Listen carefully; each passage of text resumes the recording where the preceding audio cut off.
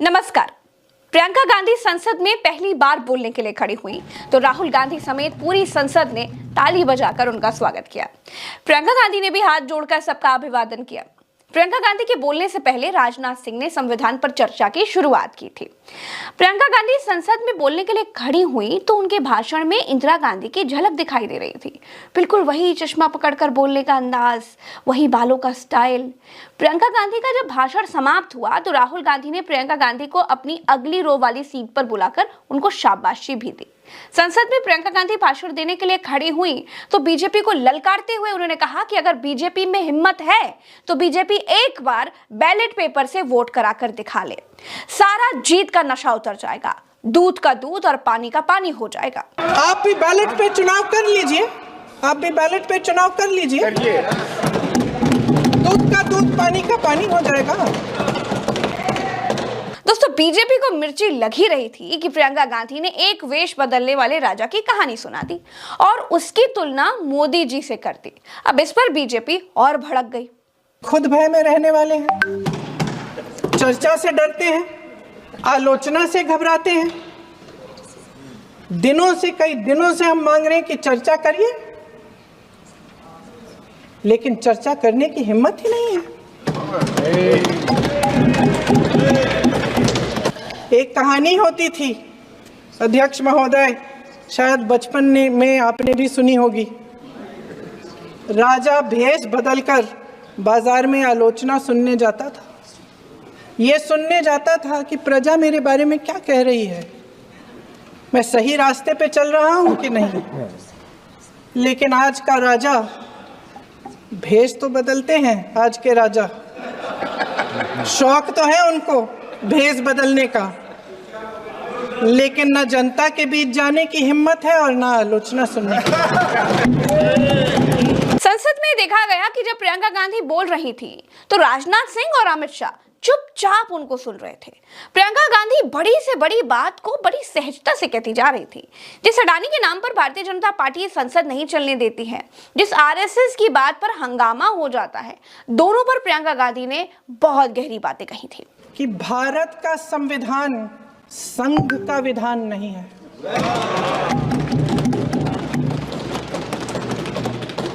एक व्यक्ति के लिए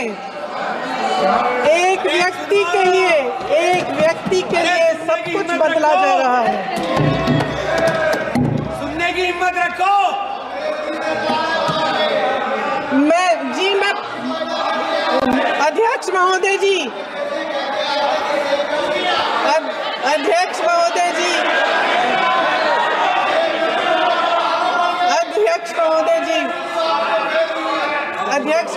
जी, अडानी जी को सारे कोल्ड स्टोरेज प्रदेश की सरकार ने नहीं दिए। अडानी जी को सारे कोल्ड स्टोरेज आपकी सरकार ने दिए। प्रियंका गांधी नेहरू के नाम की माला जपने वाले नरेंद्र मोदी और शाह को जवाब दे रही थी। खास बात ये रही दोस्तों कि शाह प्रियंका गांधी का भाषण बड़े ध्यान से सुन रहे थे और प्रियंका गांधी बहुत ही शांति से एक एक करके बखियां उधेड़ रही थी। सत्ता पक्ष के मेरे साथी ज्यादा से ज्यादा अतीत की बातें करते हैं। 1921 में क्या हुआ, कब हुआ, नेहरू जी ने क्या किया। अरे वर्तमान की बात करिए, देश को बताइए आप क्या कर रहे हैं, आपकी जिम्मेदारी क्या है। कि सारी जिम्मेदारी जवाहरलाल नेहरू की है।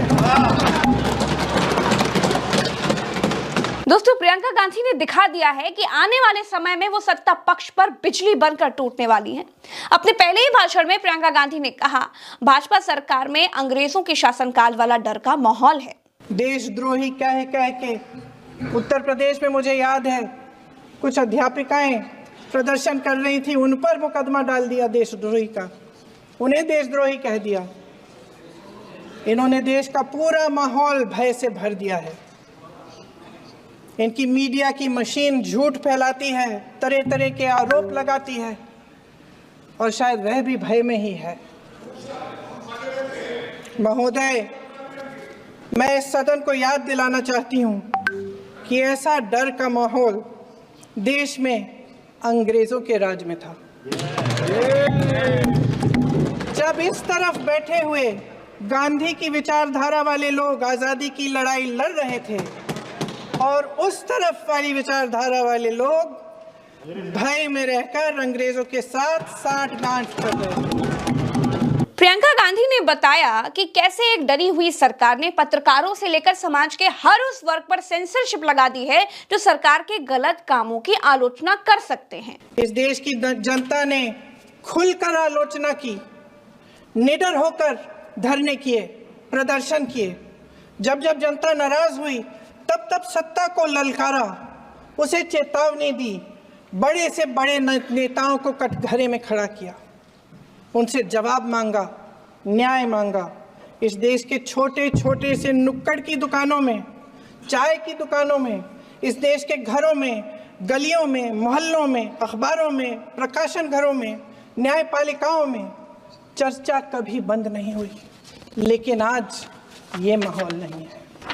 आज जनता को सच बोलने से डराया जाता है, धमकाया जाता है। पत्रकार हो या विपक्ष का नेता हो या किसी यूनिवर्सिटी का प्रोफेसर हो, छात्र संघ हो या कर्मचारियों का संगठन हो, सबका मुंह बंद कराया जाता है। किसी पे ईडी, किसी पे सीबीआई, किसी पे इनकम टैक्स, फर्जी मुकदमे लगवाए जाते हैं, जेल में डाल दिया जाता है, विपक्षी नेताओं को जेल में डाल दिया जाता है, उनको सताया जाता है। प्रियंका गांधी ने बहुत ही सधे हुए शब्दों में देश को बताया कि किस तरह से बीजेपी संविधान को रौंद रही है और मोदी क्यों संविधान की किताब माथे पर लगाने को मजबूर हुए। सच्चाई ये है अध्यक्ष महोदय कि आज संविधान संविधान संविधान बार बार इसलिए कह रहे हैं क्योंकि इस चुनाव में इनको पता चल गया कि इस देश की जनता ही इस संविधान को सुरक्षित रखेगी।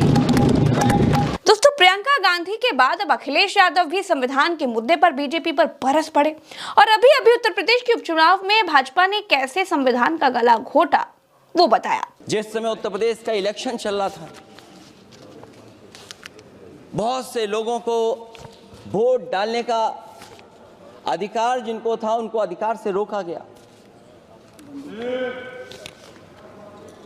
और जो लोग वोट डालने जा रहे थे उन्हें डराया धमकाया जा रहा था। ऐसे इंतजाम किए गए थे कि ये वोट डालने के लिए वोट बूथ तक न पहुंच पाए। वो तस्वीरें अध्यक्ष महोदय न केवल हम लोगों ने देखी बल्कि पूरे देश और दुनिया ने देखी होंगी कि किस तरीके से उत्तर प्रदेश की सरकार के प्रशासन के इशारे पर एक पुलिस के अधिकारी ने महिलाओं को वोट से डालने से रोका और रिवॉल्वर दिखा करके कहा कि वोट डालने नहीं जाओगे। मैं उन बहादुर महिलाओं को बधाई देना चाहता हूं कि उन्होंने परवाह नहीं की और उन्होंने कहा कि इससे कुछ जान जाने वाली नहीं, अगर जान भी जाएगी तो हम वोट डाल करके आएंगे। सिर्फ अखिलेश यादव, सिर्फ प्रियंका गांधी नहीं थी जिन्होंने संसद में ईवीएम और वोटिंग में धांधली का मुद्दा उठाया। शरद पवार के एनसीपी से सांसद अमोल ने भी ईवीएम से धांधली का मुद्दा उठाया था। महाराष्ट्र के सोलापुर जिले के मार्कड़वाड़ी के लोगों ने बैलेट पेपर पर यह जानने की कोशिश की कि उनका मत गया कहां, लेकिन प्रशासन ने इस पर रोक लगा दी। इन्होंने मैं ये डिस्क्लेमर ही देता हूं, मैं ईवीएम से आया हूं, लेकिन जिन मतदाताओं की ये आशंका है उन मतदाताओं की बात यहां रखना मैं समझता हूं मेरा कर्तव्य है। ना उन्होंने इलेक्शन पे अविश्वास दिखाया था, ना उनको फैसले पे आपत्ति थी, क्योंकि वहां पे तो उम्मीदवार जीत के आया है। फिर भी लोग जानना चाहते हैं वोट कहां गया, खो गया या चोरी हो गया। सब ताज उछाले जाएंगे, सब तख्त गिराए जाएंगे, बस नाम रहेगा संविधान का। मुबारक घड़ी है, कल सच धज कर, मेकअप रच कर, खूब जच कर देखो उसका मंच पर आना, किताब संविधान की आंखों से लगाना और फरमाना, मैं शीश को झुकाकर इस किताब को मन में बसाकर ईश्वर की शपथ लेता हूं, रात ढलने दीजिए, दिल बदलने दीजिए, कल तलक ये बेवफा सितमगरों का बादशाह सब भूल जाएगा, नफरतें उगाएगा, दूरियां बढ़ाएगा, रोज संविधान की धज्जियां उड़ाएगा। मगर जो आज महफिल सजी है यही मानती है कि हीरो वही है। मुबारक घड़ी है। संसद के विपक्षी खेमे में अब एक के बाद एक होनहार महिला वक्ताएं आ रही हैं। महुआ मोइत्रा ऐसा बोली कि संसदीय कार्य मंत्री किरण रिजिजू ने उनके खिलाफ कार्रवाई करने की धमकी तक दे दी। मामला को संज्ञान में लिया है, आप देखने के लिए कहा है, लेकिन मैं सदन को इन्फॉर्म करना चाहता हूं, इस पे कार्रवाई होगा और हम लोग की तरफ से एप्रोप्रिएट पार्लियामेंट्री एक्शन लिया जाएगा। इस तरह का टिप्पणी आप बच नहीं सकते हैं, आप बच नहीं सकते हैं, ऐसे टिप्पणी करके बच नहीं सकते हैं। दोस्तों, होनहार बीरवान के होत हैं चिकन पात। अपने पहले ही भाषण में प्रियंका गांधी ने दिखा दिया कि वो राहुल गांधी के कंधे से कंधा मिलाकर खड़ी हो चुकी हैं। अपने भाषण में उन्होंने करीब करीब 20 विषय शामिल किए थे, लेकिन किसी भी विषय पर बोलते हुए प्रियंका गांधी संविधान की थीम से भटकी नहीं। बीजेपी के लाख सुखसावे के बाद भी उन्होंने अपना आपा नहीं खोया और धैर्य बनाकर बीजेपी को बीजेपी की ही भाषा में जवाब देती रही। फिलहाल के लिए इतना ही, हमें दीजिए इजाजत। नमस्कार।